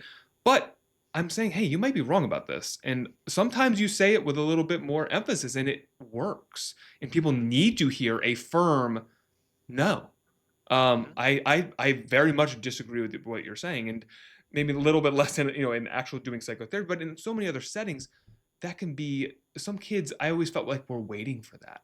They were almost yes, in tight. They're like poking you and like, are you ever going to set a fucking limit? Are you ever going mhm, to like? mhm, And out of love, it was like, hey, I'm not going to allow you to do something that's harmful to you. Because to me, that's what love is. And I think of yes, um, the other one last thought on this, and I'll let you speak. Is a piece of me that has been so no education could teach me is being a parent in this role. And so often being a parent, you're trying to straddle this line of I love my kids more than anything in the world.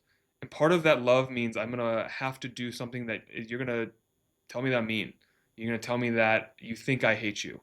Because I'm doing something you can't fully grasp or understand right now for your own well-being, and that's okay. And to me, kindness is allowing you to be angry at me and saying, I get it. It makes sense why you're pissed off at me. I'm still going to do the thing that I'm going to do because it's in your best interest. And mhm, that is very hard. We don't talk about how hard that is sometimes because I want my kid to like me because it feels good. Like it feels really good. yeah. Being when so that's th- what I just laid out there just a minute ago is part of a talk that I've laid out for teens a number of times. When I lay that out there for them, I also tell them a story about a buddy that I had in college. This buddy was in ministry school with me. I went to ministry school first, and then I ended up in therapy school. And but he decided that the army would be better for him, and he went into the army, most intensive training program he could find, got severely injured, um, and came back with like full blown PTSD episodes and distress and suicidal thoughts and chronic pain, nerve damage, all this stuff. And one thing I regret about the way I handled things I was a very super agreeable person, like unhealthily agreeable Me too. Me too. as a Yeah. young person. Yeah. And so this particular story is a learning experience for me, is a growth experience for me. Um, but he came back and he was like, from his training, and was medically discharged. He was like, I don't, when I have these episodes, I don't want to go to a hospital. I don't want people I don't know to help me. I want my friends and people who care about me to actually be the ones to help me. And being young and dumb and not understanding triangulation and healthy boundaries and all that yet, and still learning it now for that matter. Um, I you know I and other friends agreed, like, yeah, okay, we love you, we'll do this for you. And it kept happening, and it kept happening, and he continued to do things that were unhealthy, like watching media that would tilt him into those kind of thoughts. He Yeah. would watch Black Hawk Down. Mm. He'd be like, dude, freaking quit watching Black Hawk Down, man.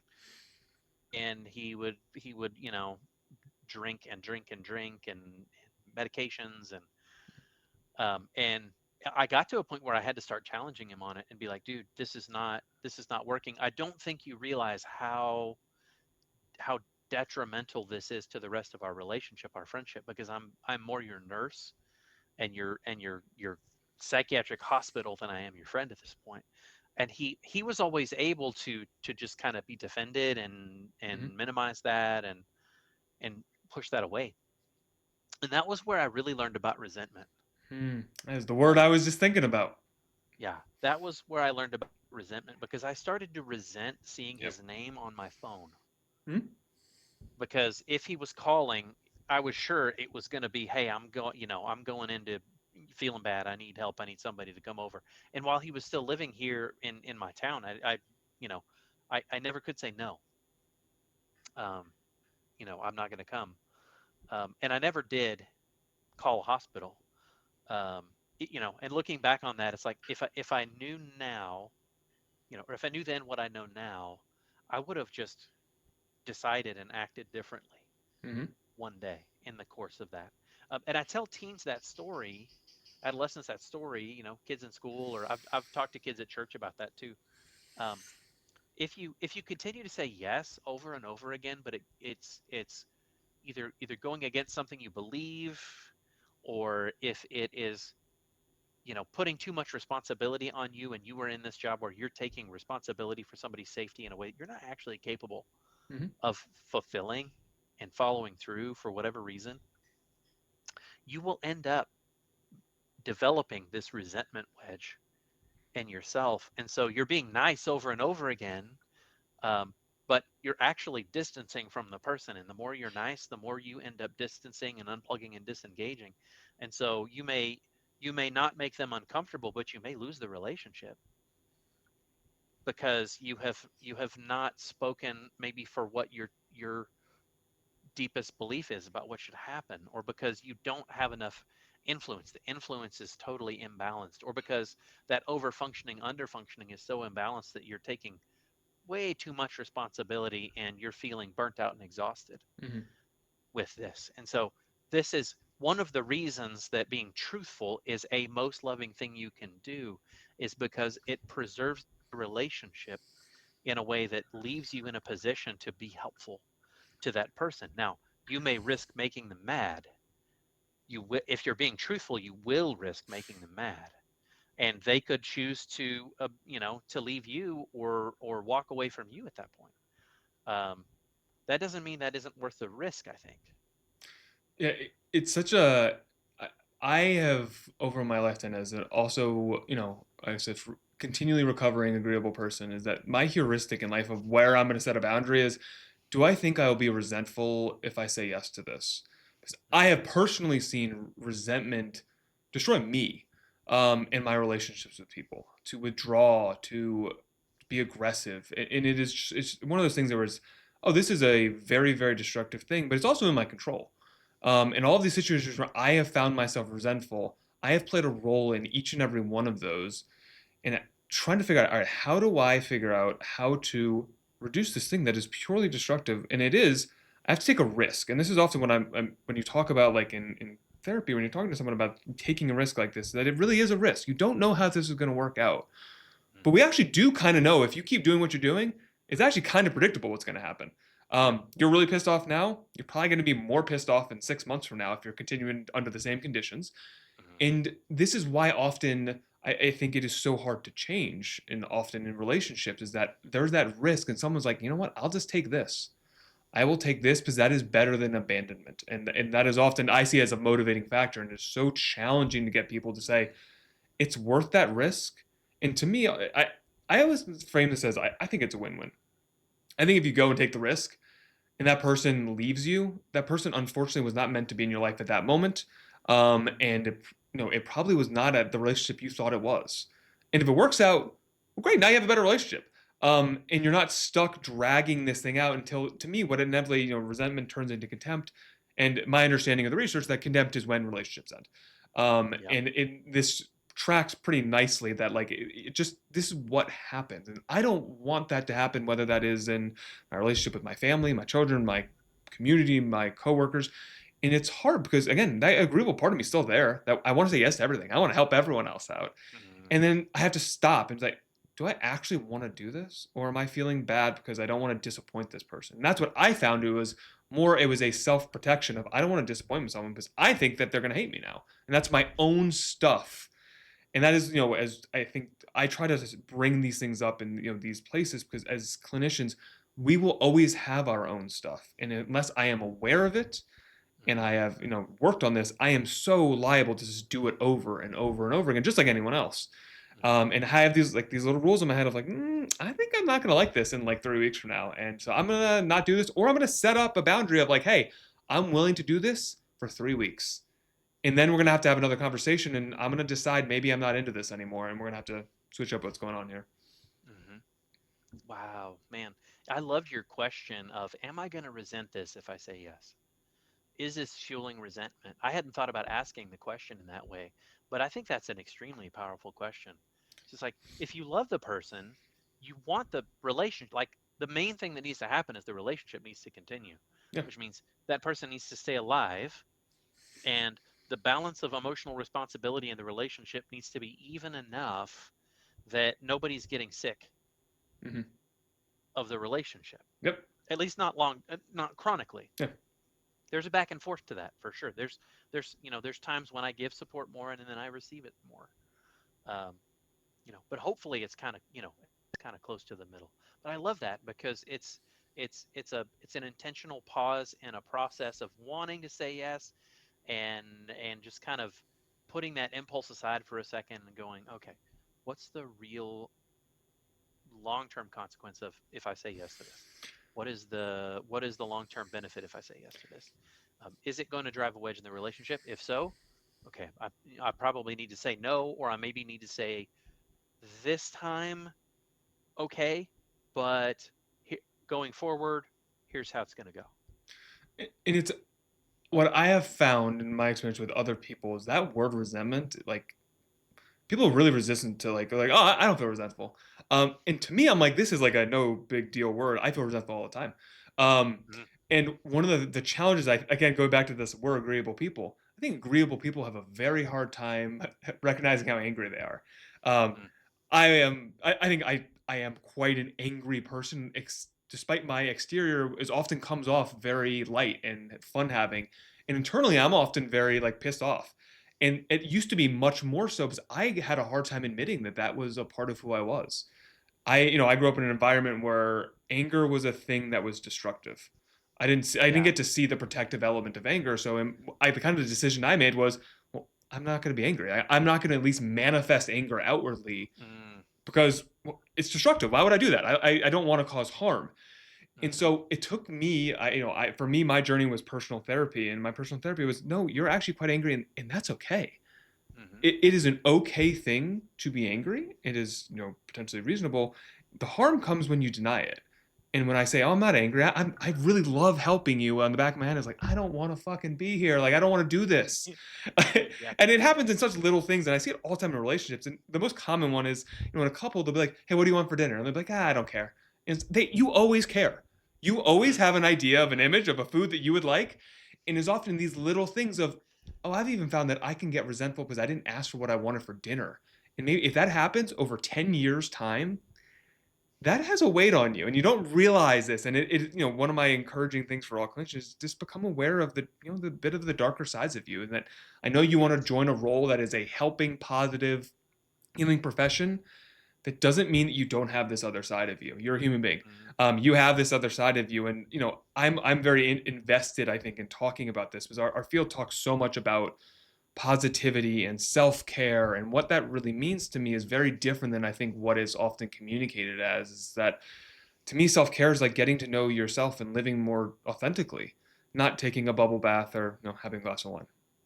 Yeah. Yeah, I know that the general idea of kind of what I was talking about, and I think one of the things that I am personally trying to do in whatever we want to call this spaces, and trying to like make my name of this, is just to encourage us to look more honestly at ourselves. And I think that is, to me, how we actually produce better things and better results within the mental health fields, that we acknowledge and I see within myself all of the things I see my patients struggle with. And so there's no mystery there. It's like, oh, like I would also be enraged in this situation. So I feel no need to calm your rage down right now.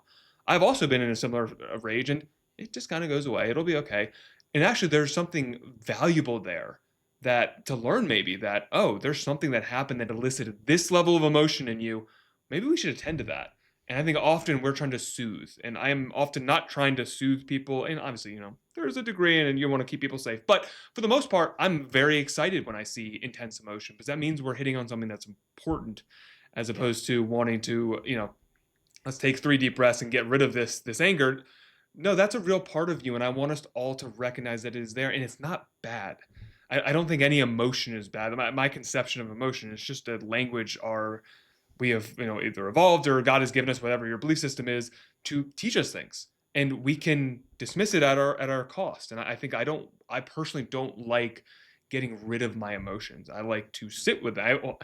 I have learned to like to sit with them. I have, for Yeah. a long time, I ran the fuck away, but I have learned to actually revel in them. And I'm a very I've realized I'm a very sensitive person, and throughout my day, I will have the wide range of emotions, and it just happens, and then it goes away, and I'm like, huh, that was interesting. It's no longer this panicked, like, oh, what do I do? How do I resolve this? How do I fix this? And I think that, again, this notion of what are we doing as clinicians, and I think that, to me, I want to start with ourselves. Of how would I want to be treated in that situation when I am going through this? And I know for me personally, if someone tries to make me feel better when I'm enraged, I get so Mm-hmm. much more mad. So I'm like, I Mm-hmm. just wanted you to just let me be. That's what Mm-hmm. I needed in this situation. Um, That's a pursuer distancer pattern. yeah. Somebody's trying to overfunction for you, Hmm. and you don't like it. It doesn't feel good. I just like to throw that in there. Yeah. That's something that I've said on I think just about every podcast, not every episode, but every podcast I've been on. It's like Yeah. if clinicians could learn about one concept or phenomenon that isn't probably as widely known as some others, it would be a pursuer distancer pattern All right. So maybe to everywhere. make a bit of a splash in our last couple of minutes, why don't you think systems theory is as highly valued as, let's say, psychoanalytic, CBT, these other more individually focused things? Because that has been my focus my entire career, is what Yeah. I love. And I read the systems book, and I'm like, oh my God, I had this like gigantic tool that was just not being utilized. And I don't know why we're not talking about this more, was kind of my feeling, and how I have really radically, pretty, not 100% changed, but it is now added such a, to me, like, amazing set of tools that I just didn't have before, in a way of understanding conflicts and situations that, you reduce it down to the individual because that's what you're taught and the theories teach you to do. Mm. But the system theory, it was like, oh my goodness, this is such a different way of seeing things. And I don't like, I'm not a clinician that like fits into like a certain modality. I'm not like a team. I'm not a team guy. I want to pick and choose from the best of everything, and I think every one of these modalities is it's kind of talking about similar things. And I want to take the Yeah. things that I find to be effective or the good analogies or metaphors, and incorporate them into this. And so, even though I love the psychoanalytic ideas, I see the systems theory. I'm like, I could utilize both. And so I'm curious why you think, as someone that has maybe been more in that system theory, why has this been like relegated to like maybe like one class that a lot of people, like you said, they want to skip and get past so they get on to Hmm. like the treatment modalities. Yeah, it is. That's like that was the reaction of most of my cohort mates in that class. And man, so I think here's one obstacle. Um, Systems theory doesn't break down neatly. It's sort of like learning to fix an engine on the job or looking at an engine on the job, and the engine's kind of somewhat put together, and you almost can't take the whole thing apart to learn it really well. You've just got to kind of start watching part of it Mhm. and then figure out what this little one part of it does, and then you can kind of start learning about the part next to it, and then at some point you have an epiphany and go, oh, here's how this part and that part fit together. um, you can you can absolutely do some couples therapy treatment models or some family therapy treatment models without general systems theory, but I think you're going to miss a lot of observations. And the biggest thing, in my opinion, that, like, let's talk, you're just somebody who's doing pure systems and MFT type stuff, marriage family therapy type Mhm. stuff. um, you're missing all the connective tissue that interconnect the models that help you organize the interventions from any of them or all of them into a cohesive framework that will function for an individual client. Because sometimes I don't need structural family therapy for a Yep. situation, but sometimes that is, man, there's some key interventions in that. Yep. I really need a family to do a sculpture in the room. And if I want to do a good job, I should at least try to be able to articulate, okay, how does family sculpting as an intervention fit in the overall process that I'm working on here? So for me, the general systems theory, if you think of treatment modalities as kind of like the panels of an umbrella, I think I'm stealing this from one of my professors, um, where, I've got a solution focused cloth panel, Mhm. and I've got a structural cloth panel, and I've got a narrative panel, and I've got a strategic panel. These are all family therapy models. Systems theory is the handle and the frame of the umbrella. But like I said, it's got so many moving parts to it that it can be kind of hard to see, and it's kind of hard to learn. It's definitely hard to teach. I My find that the fascinating that you're saying this because my reading of it was like, holy shit, this is so simple, Yeah. actually. And that there's So when you actually like start, there's only like four things going on, like mhm, potentialities going on.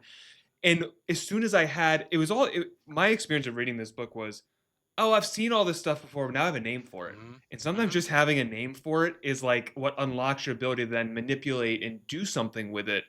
And the last thought, and I would be curious what you think about this, back to our conversation with our friend Nick. I love systems theory because it removes the identified patient as the child. And that is what has me valuable is as I've been working with adolescents, it's always I get this place where I'm like, why are you the only one here?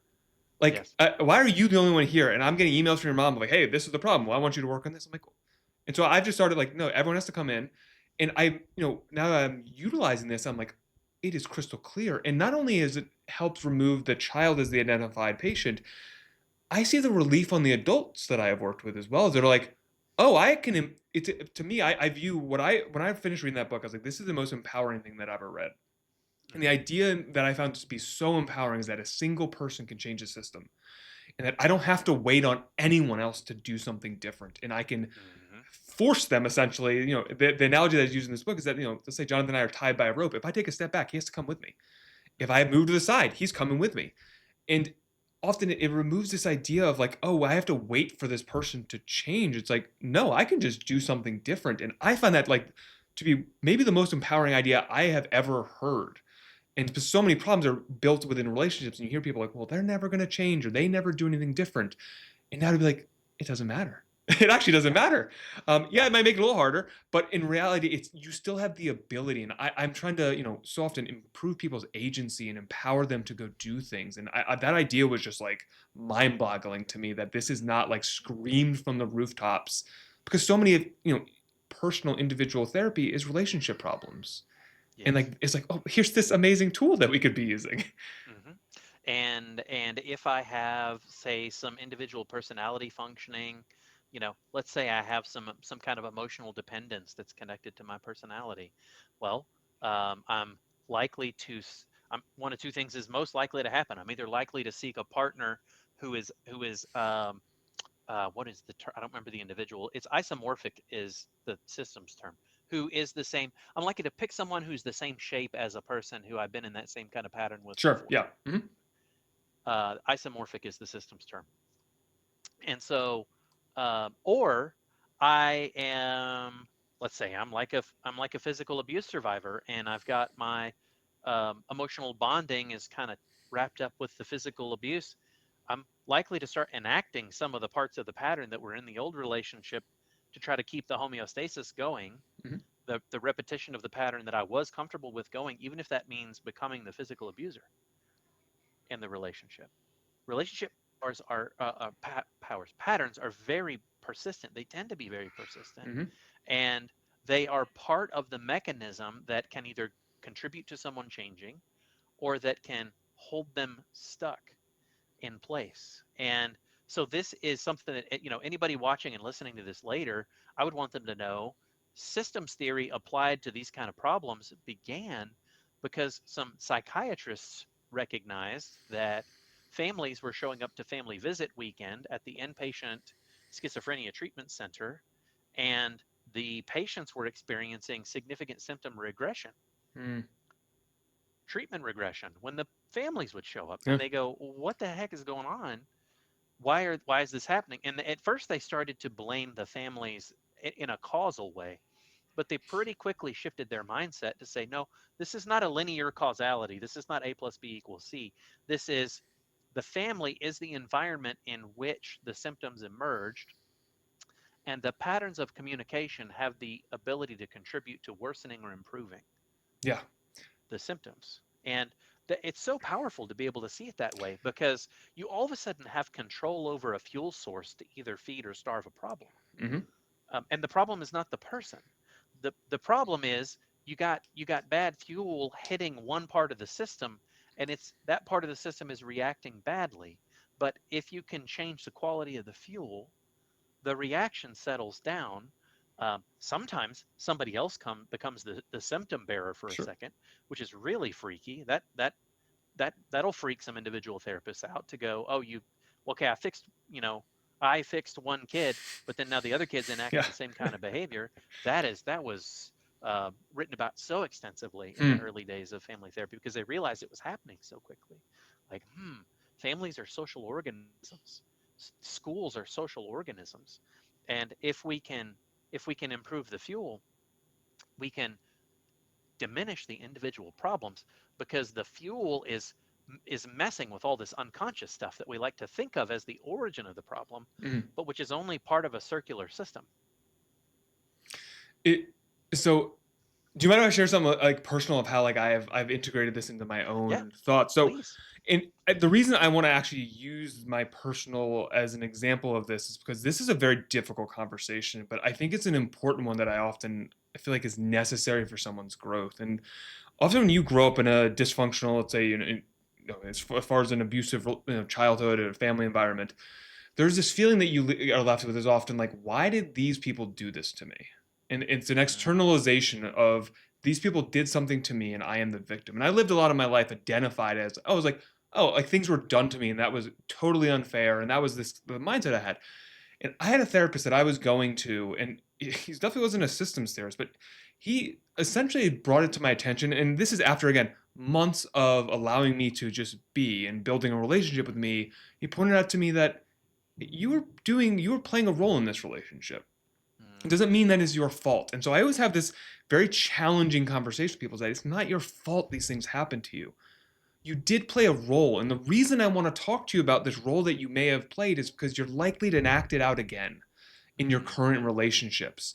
And again, this is not that it is your fault that your relationship. And so there's this very tricky line. And I think language is fascinating, and that role and fault, it can often feel very similar to people. And it's like, are you blaming me for this? Are you victim blaming someone in an abuse situation? It's that No, I am not at all blaming them for the horrible things that maybe have happened to them, but I do want to draw their attention to they may have been done something totally unconscious that has elicited the horrible behavior that was then enacted upon them. And Mhm. if I can teach them that they actually have the power to stop or prevent this from ever happening again, but I don't know how to do that without first drawing your attention to that, even in this maybe this first relationship that was so horrible that you played a role in this. And that was what I realized is that, oh, my way to get back, I did certain things and I enacted. Now it didn't look like aggression, but that's absolutely what I was doing is I was getting back and trying to drive this person crazy because they were driving me crazy. And I was a kid. I didn't know any better. And it Yeah. was realization it was, oh, and again, I didn't find this like I was being attacked. I was like, oh, this is empowering because I can not do that now. Now that I realized that there was a thing, a tendency within me to engage in a very specific way, I can now work on that and try. It's very, very difficult, even if you have insight to do the things, but Mm. I can at least try now. Where before, I'm essentially just running on autopilot, engaging in the same exact behavior, the exact way as I would over and over and over again. And then again, feeling like a victim because I'm like, everything I try isn't working.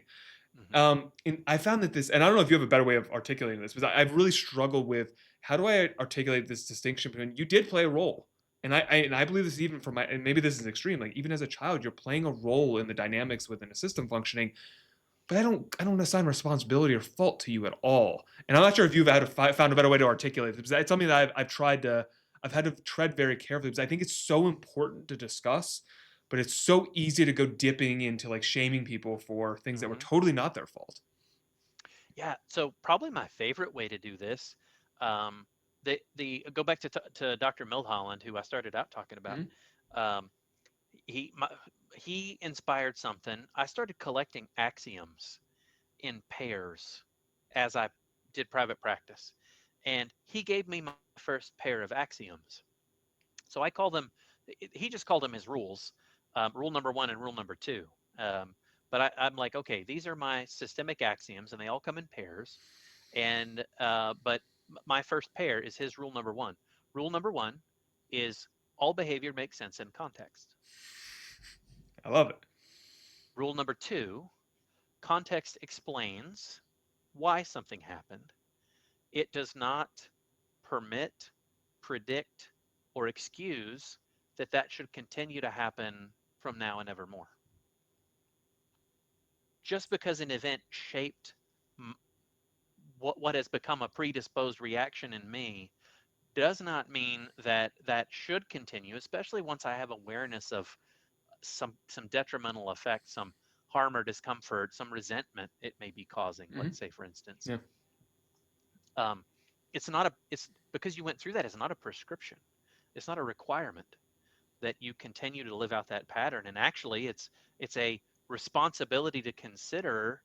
You know, in our effort to try to be a, a, a good or healthy human being, is there a way that that could be changed where I still get my needs met, but I'm not passively reenacting this role over and over again and then bringing all the problems that come along with that to the people who love me? I'm not intending to cause them pain or discomfort. Mhm. The pattern that I grew up in and the pattern that I'm predisposed to reenact is the problem. And if I can see it as, okay, I inherited this thing, I didn't ask for it, Mhm. it is shaping me, but can I reshape that? Is I think a beautiful way to look at it. So it's really that axiom number two is really kind of what where I land on that. Context explains why, but it doesn't excuse or permit or prescribe continuation of that in my life. Yeah, it's a little saying that I often find myself interacting with a lot because I'm often like I'm often trying to describe what is and not what ought to be, and it often gets Mm, very confused. Where I'm like, I'm just trying to describe what I think is happening, not what ought to happen or what should mhm, or should not have happened. And it can be so difficult. And part of it is it's hard to hear these things. It's hard mhm, to accept. I don't even want like the idea that disgusted me at first that I could have played a role in my own like nightmare. Like that's a yes. very unpleasant thought. And now in my life, that's the most empowering thought possible. is that again, it's just it was a thing that I inherited. It was a thing that happened to happen. Didn't like it. Hmm. Wasn't good. And now I can do something about this. And it was that first little bit of insight that like, no, you're not so innocent here. And again, I can even that word innocent gets into this fault and morality thing, but it was Hmm. you played a role. There wasn't an evil person doing all of the evil and you were this innocent, pure person. It was you were a part of a I like the that's why I love the idea of an organism. This was just how the organism happened to function. Hmm. And there are reasons that we could probably, as you know, in the book says, you can go back generations to try to understand why your organism functions the way that it does. But I loved the first rule was like, "Oh, that's a feeling. I'm like, people are like, oh, emotions are irrational. I'm like, no, they're not. Like they Hmm. actually make perfect sense if you just understand kind of the context that the person was talking about. Like actually, they almost always have a totally rational response if I understand the context in which that person is living in and has lived in. I've actually never had an instance when it doesn't. Yes, absolutely. It is when you get down to the level of the individual person's context, their life situation, what was said to them, Yeah. what information filters do they have programmed within them to receive and interpret that message, and then what meaning they actually assign to it, and then what reaction they had, and did they defend themselves, did they slow themselves down, what was their immediate reaction to it, and then what feedback message did they return Mhm. to the sender, um, in return. And if they kind of did the same, if they did, Salvador Minuchin called it more of the same. If they did more of the same, they most people in most situations will tend to just do the same thing they did last time, but a little bit louder. I think he was a clinician that you sent me the or we sent the video of where he would just go like this. Yep. Hmm. I watched Yeah. that. The I was like, Minuchin. Yeah. oh, this guy is such a badass, and it was just, Yeah. but it was with such calm. It was, and Hmm. so what I'm describing is that he was in group with a family, and he was essentially with the video that I watched, he essentially had caught a mother pathologizing her child, and Hmm. says, "Hope." And he was asking the mother, well, why is he here? And the mother's like, oh, he has all these behavioral issues and I just can't handle him at home. And he goes, oh, so he's here because you can't handle him at home. Yes. And, and I was like, whoa. He would Um, just say shit like that. yeah, but it was, it's funny. It's like you and I are laughing. It was like, he just said shit, but it, goes back to our conversation about being agreeable that maybe tie all this up is that sometimes you have to just say shit and Hmm. it is scary to do that. And this is one of like I think the kind of the maybe the more creative and artistic part of our job is you kind of got to just feel it, and there's a vibe to it of like, all right, am I in the right place with this person at the right time to just Hmm. let it loose, and be cautious about it, of course, but Yes. sometimes you do have to say the thing that is staring you in the face, and you're the clinician. You're like, I can see it, but I know this parent is going to get so pissed off when I say Hmm. this. You have to say it because again, that goes to that is to be nice is to sweep under the rug. But it just thought just came to me. It's like, who am I being nice to? I'm being nice to the mother, not the child. I'm actually being quite Hmm. cruel to the child by not speaking the truth. So these Yeah. things get murky real quick. Yeah. Yep. Absolutely. Absolutely. So, I think I would encourage people, that the book that I mentioned to you, if we could put a plug in for a book, I'm gonna I got it right you got it here. right there. Extraordinary Relationships This book by was Roberta fantastic. Gilbert. And And my it's really not, it's really wasn't, if I remember right, it really wasn't necessarily written for clinicians. no, Uh, it's very layperson accessible. Um, extremely layperson accessible. And I hope you buy if anyone buys this edition, there's a very funny typo in there that like made my brain hurt. And I love finding stuff like that. But it was a fantastic book that again I could read this book, everything made sense. And I am someone that I have I guess I was identified with learning disorder in English. And I always hate this label. You can see I'm like, it even sounds weird for me to say this out loud because I just yeah. never accepted it. But I do have a very hard time reading highly complex stuff. So like a lot of like psychoanalytic stuff, like I could not read Carl Jung's writing. I just can't make sense out of it for whatever reason. But this is so easy and accessible, and I recommend it to everyone. Everyone that when I read this, I'm like, everyone needs to read this because Yeah. it is so It's just puts into crystal clarity like what's happening. Again, it's just a great describing book. what is, and that is so helpful to me. Yeah, absolutely. So I think that's a great book.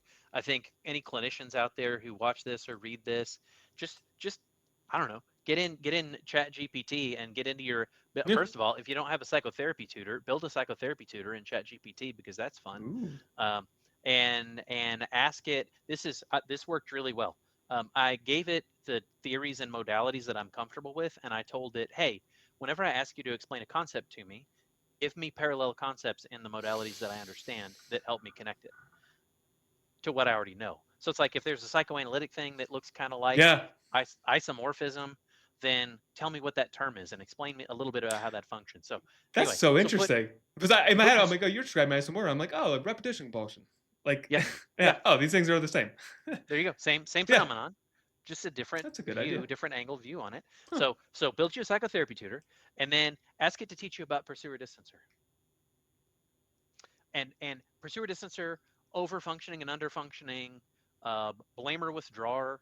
These are all the same phenomenon with just different labels attached to them. Learn about that. I think all clinicians, even if you don't want to learn all of general systems theory, learn about pursuer distancer because sometimes if you're working on individual problems and you can empower the person to just put a pause on the whatever pursuer distancer cycle is there, you give them room to breathe, and then they can become that person that begins to change their system. Yeah. I would say, even if you're not a clinician, you want a better relationship with your wife, read the Yes, book. yes. Like, and I mean, I part of what I do is whenever I read something that I think is valuable, I'm like, how do I implement this in my own life to make sure? And so I have absolutely implemented these things, and because I I was like, love oh, it. I can see myself here. So I encourage clinicians to do that. If you're going to read something, go try to implement it and see if it actually makes sense in practice as well. So as we're wrapping up, is there anything that you want to plug, where people can find you, anything like that? Oh, if you can find me on X, or I prefer to call it Twitter still. I just pretend like that Yeah, change never happened. And I am at Systemic Texism, which I was very proud of that handle. I think it's a fun handle. Because sometimes I just like to Texas all over the place, but sometimes I like to systems theory all over the place, and those things go well together. And but I'm not really trying to be an influencer per se. I kind of do a lot of different stuff on there. That's I just did like right before I got on here, I was looking for something to do, and I just do you know One Punch Man, the anime yeah. One Punch Man? I saw your meme. I liked You it. see, Yeah, I you liked okay? So I just it. you need to go look at like my own wall or whatever, uh, my feed, because I just did like maybe like 10 or 15 Saitama faces with different okay. situations. I did a Saitama GIF earlier today, and I was like, this is a fun game. Let me see how many situations I can assign to this face. Like it random stuff like Japanese American friend maxing when Oh, that all started. I went nuts that on was the that. greatest. That was like one of like my most fun weeks of Yes, like the internet ever. And we could have probably a whole episode about that whole thing, yep, how I think truly groundbreaking that was, to be yes, able to huge. communicate for once with people from a totally different place, and everyone's like, "Oh, we just want to be friends." And there's all these Yes, miscommunications that are instantly cleared up once we can communicate with each other. yes, yes, like a Tower of Babel reversal situation where we can all of a sudden relate and we have commonality with people, and It was yeah, crazy. It so was amazing. super cool, super cool. So you can find me there. Again, I don't have a whole lot. I have all these grand plans to put more onto my Substack. Um, the axioms that I mentioned, probably my favorite thing on my Substack is an article about my Hmm. axioms. I'm gonna check this And out. I think I'm up to 8, but the last two are kind of not a lot different than the first two, but I felt like I need to say them because it comes up in a lot in couples therapy. Um, and so I think there's 8 on there now. And that Substack is the same at Systemic Texism. You can find me there. I've got that article. The main things on there are that article and the article about kind of what SEL and education should look like, or what some healthy limits, top limits would be for that. So that's kind of main places. Awesome. Well, thank you so much for coming on. Hopefully, we'll chat again soon. Yeah, this is fun. Yeah.